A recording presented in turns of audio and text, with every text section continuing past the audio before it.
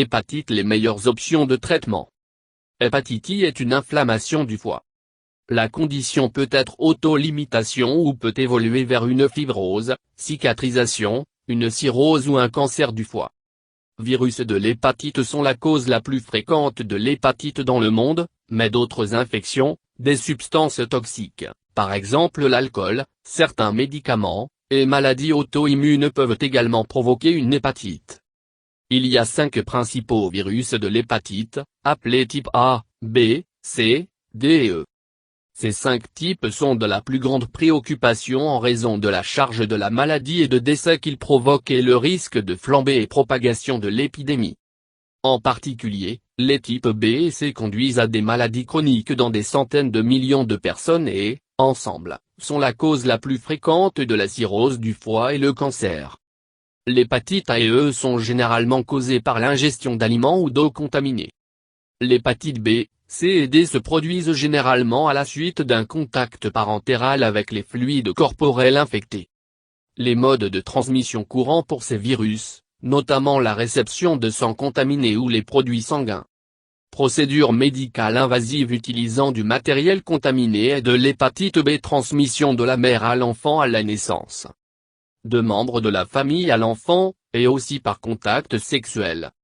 L'infection aiguë peut se produire avec des symptômes limités ou pas, ou peut inclure des symptômes tels que jaunisse, jaunissement de la peau et des yeux, urine foncée, fatigue extrême, des nausées, des vomissements et des douleurs abdominales. Les scientifiques ont identifié 5 virus de l'hépatite unique, identifiés par les lettres A, B, C, D, et E. Bien que toutes les maladies du foie causent, ils varient de façon importante. L'hépatite A, VA, est présente dans les selles des personnes infectées et est le plus souvent transmise par la consommation d'eau ou d'aliments contaminés. Certaines pratiques sexuelles peuvent aussi se propager à VA.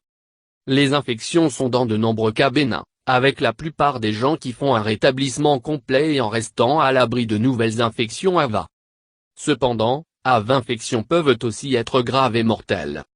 La plupart des gens dans les régions du monde avec un mauvais assainissement ont été infectés par ce virus. Des vaccins sûrs et efficaces sont disponibles pour prévenir le VA. Virus hépatite B, VHB, est transmis par l'exposition au sang infectieux, le sperme et d'autres fluides corporels. HBV peut être transmis de la mère infectée à des nourrissons au moment de la naissance ou du membre de la famille à l'enfant dans la petite enfance. La transmission peut également se produire par des transfusions de sang et de produits sanguins contaminés par le VHB, les injections contaminées pendant des procédures médicales, et par l'injection de drogue. HBV pose également un risque pour les travailleurs de la santé qui soutiennent les blessures accidentelles avec des aiguilles tout en prenant soin pour les patients infectés par le VHB. Des vaccins sûrs et efficaces sont disponibles pour empêcher le VHB. Virus de l'hépatite C, VHC, se transmet principalement par l'exposition à infectante sang. Cela peut se produire par des transfusions de sang et de produits sanguins contaminés par le VHC, les injections contaminées pendant des procédures médicales, et par l'injection de drogue. La transmission sexuelle est également possible, mais est beaucoup moins fréquente. Il n'y a pas de vaccin contre le VHC.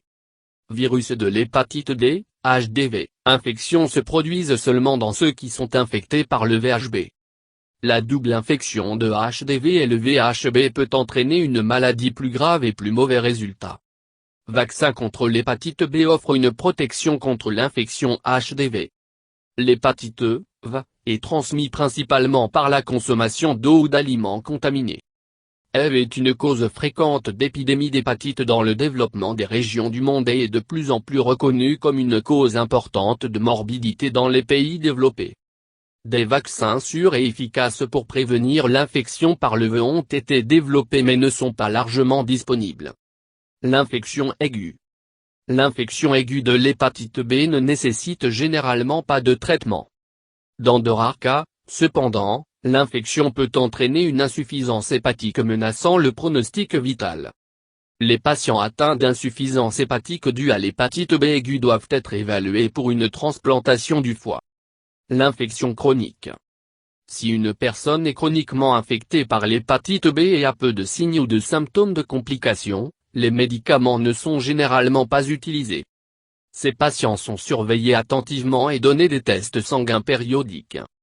Un test mesure la charge virale, à savoir la quantité d'ADN viral dans le sang. Les médecins recommandent un traitement s'il y a des signes que le virus commence à causer des dommages ou si la charge virale est élevée. Une autre raison de prescrire des médicaments est si le patient a un test positif pour l'antigène E de l'hépatite B, BIAG, dans le sang. BIAG est associé à un risque accru de progression de la maladie du foie et de ses complications.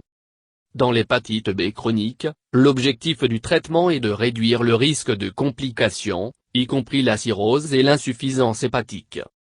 Cependant, il faut des décennies pour des complications de se produire, ce qui rend difficile l'étude de l'effet des médicaments.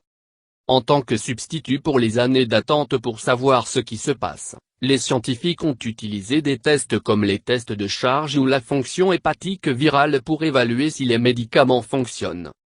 Ceci est logique car il est connu que les gens qui ont de grandes quantités de virus dans le sang sont plus exposés au risque d'obtenir une cirrhose.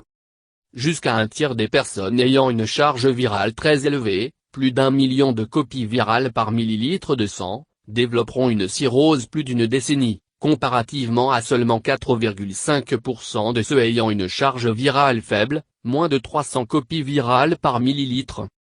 Les médicaments peuvent réduire le nombre de virus dans le corps et peuvent être en mesure d'éliminer le virus de la circulation sanguine. Logiquement, cela devrait conduire à eux ayant un faible taux de progression vers la cirrhose, 1% par an, bien que grande, les études à long terme n'ont pas été faites. Même chez les personnes qui défrichent le virus de leur sang, un faible nombre de virus vivent encore dans le foie et d'autres cellules. Ainsi, les médicaments ne guérissent pas la maladie, mais ils peuvent prévenir ou retarder les complications et les symptômes.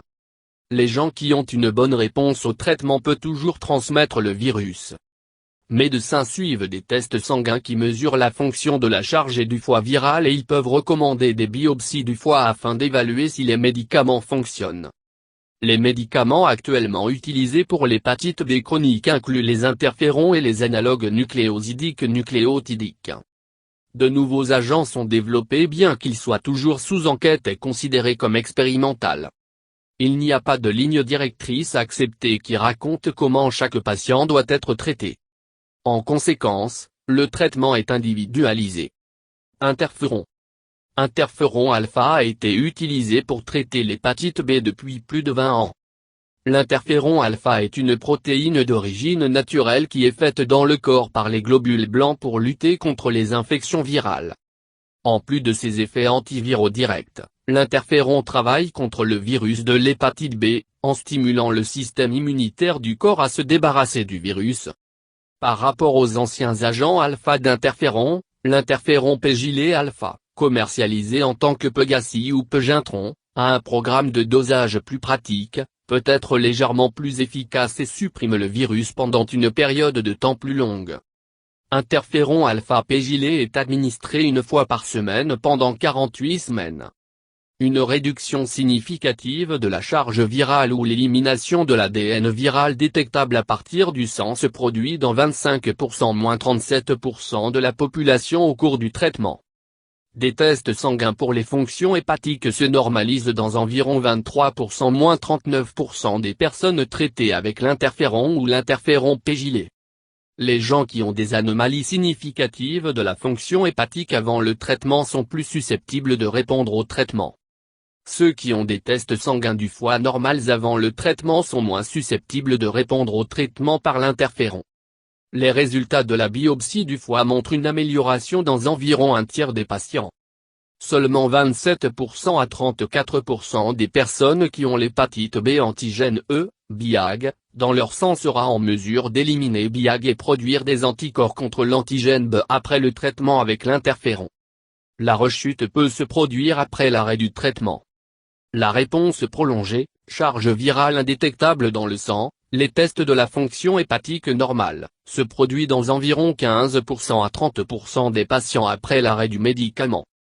Bien que ce n'est pas un remède, certains virus vivent encore dans le foie et ailleurs, les personnes ayant une réponse prolongée sont à faible risque de complications de la maladie du foie. Si le système immunitaire du répondeur est compromise, par exemple par l'utilisation de stéroïdes ou de contracter le VIH, la maladie peut se reproduire. Une surveillance périodique des tests sanguins peut aider à confirmer que la réponse continue d'être soutenue. Il n'y a pas de ligne directrice claire pour recommander quel agent à utiliser la première dans le traitement de l'hépatite B chronique, car il y a plusieurs options. Interféron est donné pour une période de temps définie et peut avoir une réponse plus prolongée après l'arrêt du traitement que NA. Cependant, l'interféron est administré par injection, et les effets secondaires sont souvent gênants. NA sont donnés sous forme de pilules et ont peu d'effets secondaires, mais la durée du traitement est incertaine, et un traitement prolongé, années, peuvent être nécessaires. NA peut être préféré chez les patients atteints de cirrhose instable et parce qu'ils sont considérés comme moins susceptibles de causer les éruptions graves de l'hépatite avec une maladie du foie plus sévère.